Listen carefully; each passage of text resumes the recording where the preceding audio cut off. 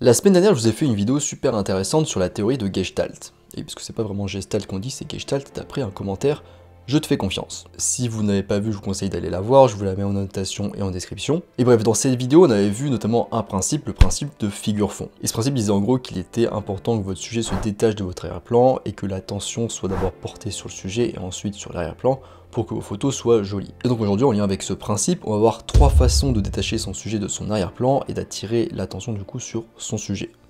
Allez, en avant, gagnons.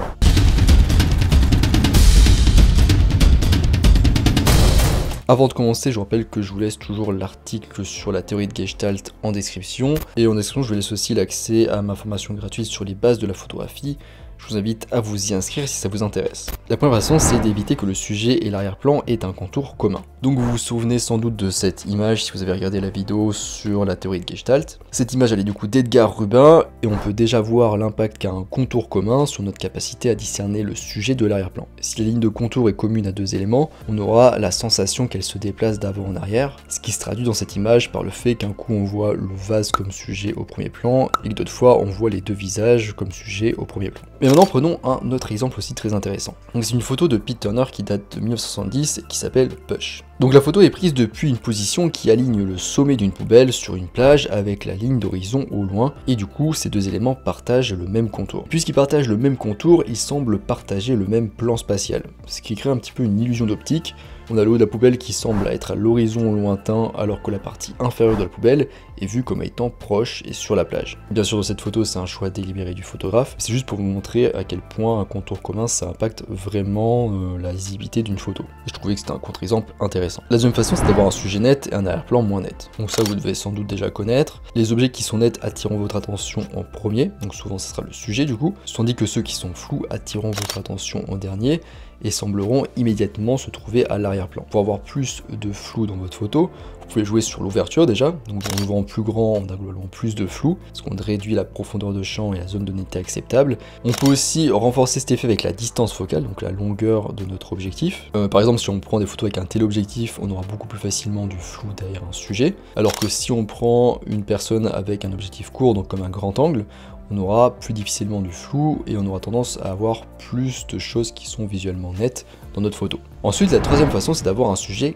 contrasté. Donc les objets à fort contraste ont tendance à attirer plus l'attention que les objets à faible contraste. Donc si vous voulez que le spectateur regarde d'abord un objet particulier pour en faire le sujet de votre photo, il faut qu'il ait un fort contraste par rapport à l'arrière-plan. Donc contraste, ça signifie essentiellement différence. Et cette différence ou ce contraste, eh bien ça peut être un contraste de couleur, de tonalité, de texture ou encore de taille. Donc pour le contraste tonal, par exemple en portrait on a la technique du clair-obscur. Donc on a un sujet qui est éclairé et clair avec un fond sans lumière qui est sombre. Et du coup le sujet éclairé il vient contraster avec le fond sombre. Ensuite pour le contraste des couleurs, il faut savoir que les yeux sont naturellement attirés en premier lieu par les couleurs qui sont plus vives et qui sont aussi plus chaudes, comme par exemple l'orange, le jaune ou encore le rouge. Et après il y a aussi le contexte qui joue en plus de la couleur en soi. Par exemple si on a une zone rouge entourée d'une couleur de fond similaire, eh bien ce rouge il aura l'air désaturé, en tout cas il aura l'air pas aussi puissant qu'il pourrait l'être par rapport à la même zone rouge sur un fond vert. Là ça marche bien parce qu'en fait en tant qu'arrière-plan entre guillemets on a une couleur froide,